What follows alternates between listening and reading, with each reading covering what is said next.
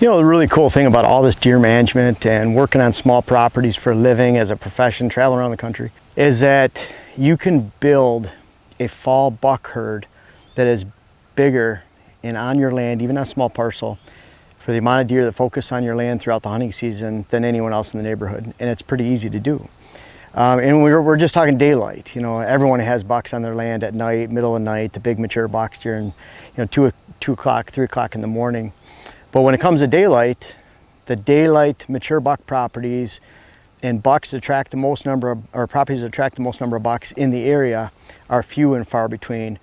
I used to call them the 5% properties, where 5% or less hold mature bucks during the daylight in a given area. And I think it's more like actually 2 or 3%, maybe even less than that, because very few people have those conditions to attract those mature bucks.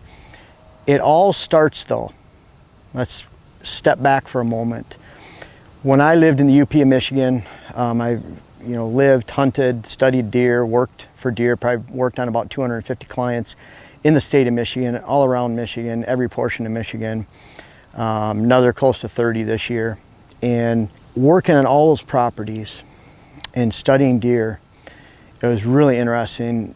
My land up in the UP of Michigan, I liked hunting up there from 99 to 2009, right around in there. And I've hunted in the UP since the late 80s.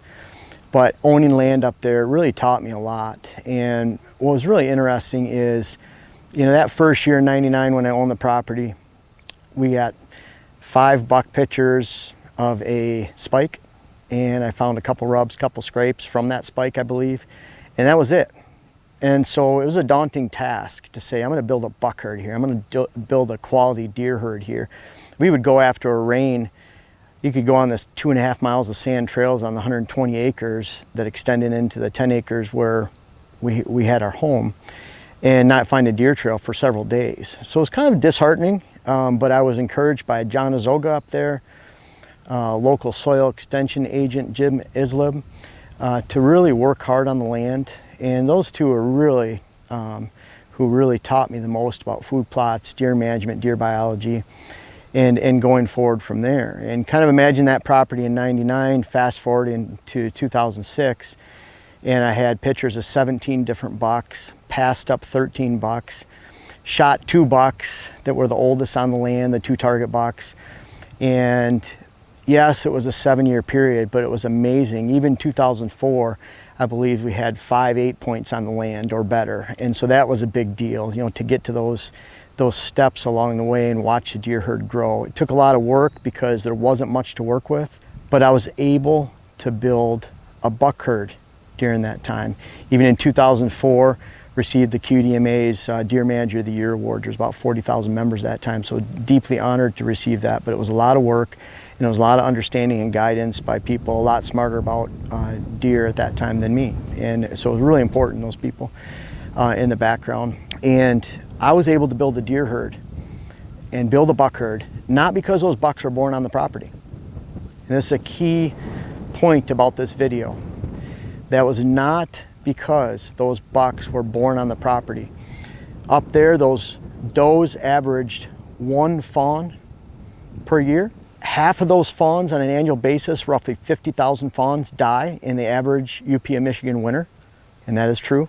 And so you look at a 1/4 fawn per doe heading into the spring that's actually a buck. So you can't build a herd with low deer numbers in an area like that. You build a herd by attracting dispersing yearling bucks. Even in an area like this, southwest Wisconsin, those dispersing yearling bucks will travel 1 mile to 1.5 miles to find their own way, to find their home. Why are they leaving? They're leaving because of female social pressure. The mother kicks them out of the herd, and that's a natural thing. That's a good thing. You don't want inbreeding by bucks and does that are family members. And so the mother will kick them out of the herd, get them out of the area, and they'll disperse 90% of the time if that mother is still alive.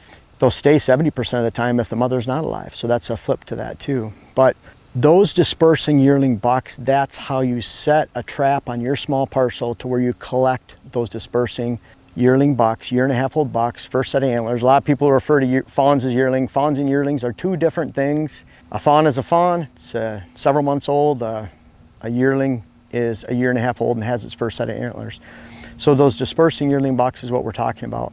So in that UP of Michigan property, on that UP of Michigan property, I mean, we had a handful of does. I think at one time I might have 7 or 8 mature does.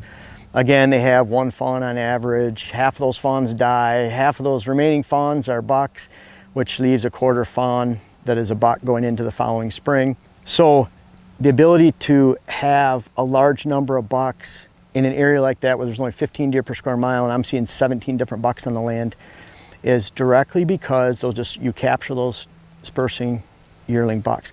Now those dispersing yearling bucks, how do you capture them? Think of the number one factor they're leaving, female social pressure. If they come to your land and you have large food plots dominated by big doe family groups because you built a doe factory on your land, because you had summer food sources, summer fawning grounds, and you have a lot of does and fawns, that buck usually disperses in the fall. Why is that buck going to want to stay on your land if your land is dominated by female social pressure? He is not. He's going to leave. And so you want low numbers of does in the summer. You want that number to be increasing in October and November and maxing out in December, November, December. You want to have separate food sources. We're standing on one food plot here. There's another food plot behind me that's divided by a terrace. We have switchgrass planted around these areas. We have 2 food plots over here that are divided by terrace. And they're not only divided by terrace in this area, but they're also divided by ridge system. The deer on this side of the food plot don't see the deer that are on this side of the food plot. The deer that are on the front of the food plot don't see the deer back here, don't see the deer behind the terrace. So you can see, and this is the same with all my food plots around here because it's hilly, just with the lay of the land and hills. Sometimes you break that up with switchgrasses if needed. A lot of times you can break that up because your food plots are long and narrow, traveling through open ground, using the terrain. So after around every bend, you're hiding deer. When you hide deer, you give that dispersing young buck a location with inside a corner or around a quarter to hide, and hide from female social pressure, dominant does, subordinate does, and even mature bucks. So you want to have food sources that are hidden from each other, portions of the food plot, even in the same food plot, that are hidden from each other, so you could have a lot of deer on food sources, and those mature bucks, especially those yearling bucks in general, can find their own little corner to hang out in and not be dominated by female social pressure. Now, another thing, you have to have separate bedding areas. So you can't put all your deer in one clear-cut 10 acres, or this bedding area, that bedding area. You can't layer bedding deer on top of each other to where they're coming off food source and you have bedding all the way back, where you're filling it with a lot of does and fawns and there's not much room left over for bucks. So whether it's the positioning of your bedding areas, the number of does and fawns you have, you can make it so there's just no room for a dispersing yearling buck that just left his fawning grounds due to female social pressure. The last thing, again, he wants to find is an area dominated, a property dominated by female social pressure. It's another reason not to have doe factories, not to have those summer food sources and those great summer fawning grounds that include those summer food sources, so that you're stacking does on your property and there's no room left over for mature bucks, let alone yearling bucks. Over here on another property, we had 1 mock scrape in 2017, 34 different bucks hit it, 32 during the daylight on one property. Obviously, all those bucks were not born on that property. In fact, there's just a handful of does during the summertime on that property because we don't plant summer food sources. We attract those bucks, though, those dispersing yearling bucks, by having separate food sources, offering separate bedding areas, and not overfilling the land with does. There's always a balance you want. So think about that. Think about how you can build a fall buck herd. And folks, while we're at it, a census during August and September is a complete waste of time for you. August and September represents a pivot point for your deer herd. Your deer herd's either going to get better at this point or worse. So don't take a census around the pivot point. Take a census in October, November, where you actually have a manageable herd on your hunting property. I've seen some studies where it shows it's important to have trail cameras during the hunting season because you might pick up a unique buck or two on your land. Well, folks, if you're not picking up 4 to 5 times more bucks in October and November than you have in August, September, then make sure you check out all the videos on this property, because there's a lot of things you can correct on your land. That's a poor land. You should pick up 4 to 5 times more bucks during the hunting season, during October, November. That's the best time to take a census, and that's the best time to capture yearling, dispersing bucks on your property. And it doesn't matter if they focus on your land the rest of the year. In fact, most of the time you'd rather they not, but if they focus on your land during October, November, you can be the #1 herd influencer in the entire neighborhood, because you're the one attracting those bucks, attracting those mature bucks, dispersing yearling bucks. You're the one that has the greatest ability during the daylight hours to advance those bucks to the next age class, improve sex ratios, have a great hunt, a great time, maybe shoot your target bucks 80% of the time, which is what I encourage people to do. You can do that. 80% out of 10 years, you should be shooting your target bucks. If you're the one building the biggest buck herd and controlling those numbers during the season, and you'll always, if you have great habitat, you'll always have enough does.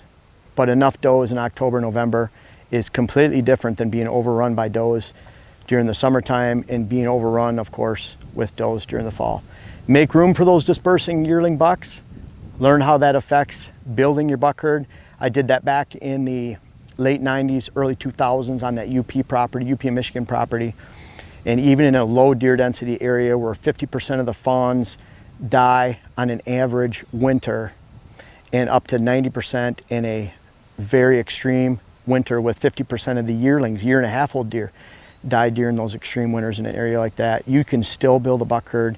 You can still send them to those deer yards and into the winter areas with a lot of health on their side by offering them green food sources. And I hope you can build a buck herd this year, and you'll start by collecting those dispersing yearling bucks this season. If you have those spread out food sources, bedding areas, and you roll out the welcome mat for a non-female social pressure dominated parcel this season.